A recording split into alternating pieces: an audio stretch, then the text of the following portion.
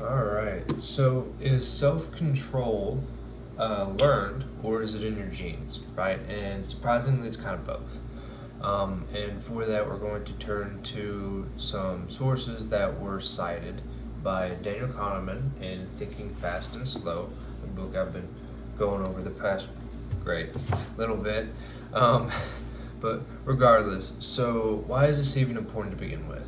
So we found that those sources found, I should say, that the ability to resist temptation makes an astronomical difference in childhood development. And that same research group in a different study found that like genes were also a part of that as well.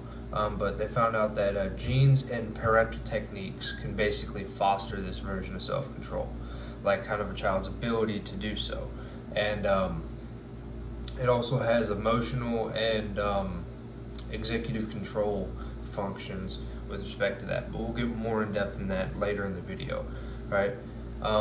So again, Daniel Kahneman, kind of who wrote the book, to give him some credence, and I guess not some. That's not the best way to put it, but he won the Nobel Prize for Economic Sciences in 2002, and has a lot of literature published and so on, regardless of this like 500 something page book.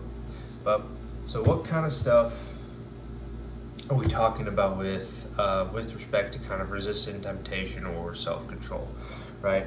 And so to take a quote, he says, one of the main functions of System 2, and System 2 is basically like your conscious mind, right? He breaks the mind into Systems 1 and 2 just so it's kind of easier to read and understand if you're not used to reading, I'll say scientific literature, because it is kind of a different way. You have to read it in a way.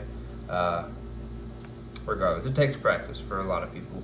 But one of the main functions of System 2, your conscious mind, is to monitor and control thoughts and actions suggested by System 1, kind of your subconscious mind, right? Excuse me. Allowing some to be expressed directly in behavior and suppressing or modifying others, right? So it's kind of like your filter, right? That's a great way to put it, and I'm sure pretty much anyone who's had a little bit too much to drink kind of realizes how much that shuts down during those situations. And he actually does go into that at some point in the book, but I'll go more in depth on that whenever we kind of progress there. And as an example of this kind of we'll say lack of natural self-control, he gives an example of a syllogism, which is kind of like, you give two premises that are correct and then kind of a conclusion and an assumption, right? It'll make more sense whenever I say it. So basically, if I remember correctly, they gave this to like a bunch of college students, and like the vast majority of them were wrong. But what was said was all roses are flowers, some flowers fade quickly, therefore some roses fade quickly, right? And a large majority of college students endorsed it to be true, right? In the study, whatever their sample size happened to be, right? So you don't want to lose my spot. And so, to quote, this suggests that when people believe a conclusion is true, they are also very likely to believe arguments that appear to support it, even when these arguments are unsound, right? So this is shown by people saying like, okay, therefore some roses fade quickly because some flowers fade quickly, but some flowers doesn't have to include roses at all, right? And that's why it's unsound. Okay. And to kind of parlay this into a more general statement, I guess, of intelligence, another quote. So he says, intelligence is not the ability to reason. It is also the ability to find relevant material in memory and deploy attention when needed, right? And so this is kind of like, whenever you're trying to, when someone's explaining something to you that you should know about, and basically you notice like halfway through it's like, oh yeah, I kind of remember that now. It's because you knew the information, you just weren't recollecting it right away, right? Sometimes you need a little bit more of a kick to really kind of remember it, right? And this happens a lot.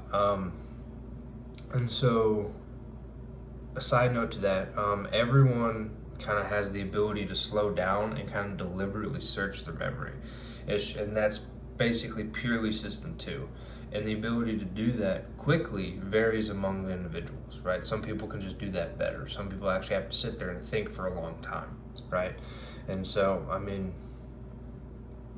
yeah, I don't know if that's something you guys experience a lot. I do.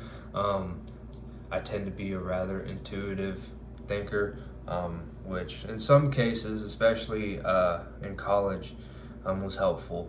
But also just, at least for me, I noticed there wasn't much of a difference, especially if I get to like a really working or kind of flow state. Um, the difference between me slowing down and deliberately searching for information in my memory and it just kind of popping up is there's basically none, like pretty much the same. Um, with that being said, we're going to move this over to the more child development kind of phase and like parental techniques and that sort of thing, right? And so everyone I'm sure is familiar with, or at least it's popped up quite a few times. It's well used in I think psychology classes in college. That may have been when I saw it the most, probably most likely, but I believe other sciences especially use it as well. I remember it popping up in some of even like my STEM classes whenever I was going for my degree. And even for things that had nothing to do with psychology, at least professors were like aware of the study. But like the kids grabbing the Oreos, right? Where you have you sit like a 4-year-old or something down in a room with just one way glass so you can watch them and a single Oreo in front of them. And it's like, hey, if you can sit there and not eat it for 15 minutes or whatever it is, you'll come back. We'll come back and we'll give you 2, right? It's that experiment, right? Kind of seeing if they can control themselves from eating the Oreo now or waiting and getting a bigger reward later. And basically, one of the conclusions of this experiment was, to quote, 10 or 15 years later, a large gap had opened up between those who had resisted temptation and those who had not. The resistors had higher measures of executive function and cognitive tasks, and especially the ability to reallocate their attention effectively, right? So, like, I guess the biggest takeaway is like that executive control, being able to actually control their attention for one, and this kind of parlays into emotions as well. This same research group later, in a different study, found that specific genes that are involved in the control of attention showed that parenting techniques also affected this ability and demonstrated a close connection between the children's ability to control their attention and their ability to control their emotions. Right? It seems like it's kind of like it's the same kind of mental system, for lack of a better term, kind of operating there, right? And I kind of really want to emphasize the parenting techniques part. Not because it's like how to parent your kids, but like the fact that you can improve this in general. And if parenting techniques can change it early on in child development, that means you can change it yourself later on when you're older. It might be more difficult. And I kind of think this is where, this is kind of what I happened to do, especially like into high school, into college. Was when I really kind of started focus. I didn't realize this is what I was doing, but what I started focusing on doing, just kind of on my own. Because I used to have, I was a fat kid. I was really fat, and so I would eat pretty much everything, especially when I was little. And even going up into middle school-ish, until I really started to get into sports and actually care how I functioned, right? And then it just kind of snowballed in I say positive way, in college. But regardless, so kind of a general synopsis of like the two systems, right? So we're talking about system 1, the subconscious, and how that works, and system 2, the conscious, and how that works, and how they interact with one another, right? And so kind of in a nutshell, so system 1 is impulsive and intuitive, right? This is a quote, by the way. System 2 is capable of reasoning, and it is cautious, but at least for some people, it is also lazy. Sometimes he refers to it as the lazy controller, right? Because it also goes into like the law of least effort that we talked in the last one. And I'll make a note to put the card in there if you guys need to see it. What was it? That was ego depletion, I think. I think that's when I talked about it, was the video on ego depletion. I made a note, so I'll put a card there, so you guys can go see that too, or at least make it easier. But yeah, that's pretty much it. So I guess the biggest thing I want to improvise is the fact that like you can improve this measure of like self-control and stuff like with parenting techniques, not just because it's the parent doing it to the child. It's more of like the fact that it can be improved. And even though there is even though genes and genetics appear to have like an effect on it, and so therefore some people may be more predisposed to self-control, you can teach it, right? Or you can improve on it yourself. And it's not necessarily like, oh yeah, of course you can improve your self-control, everyone's been doing this forever, right? That's like being an adult or whatever. That's not really where I'm going with it.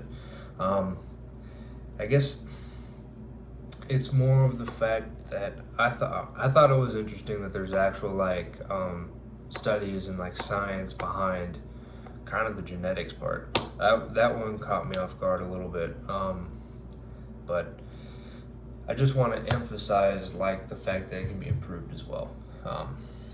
I think that part's helpful. But anyways, with that being said, I'm gonna put a playlist in one of the corners for all of the videos I'm doing about this book, Thinking Fast and Slow, and kind of this general topic, right? And maybe you weren't a part of that study where you had to like resist grabbing an Oreo, but put some examples of situations that happened to you at some point down in the comments or whatever. Be interested to hearing that as well. So with that being said, I'm going to leave this one here, and I hope to see you guys on one of those.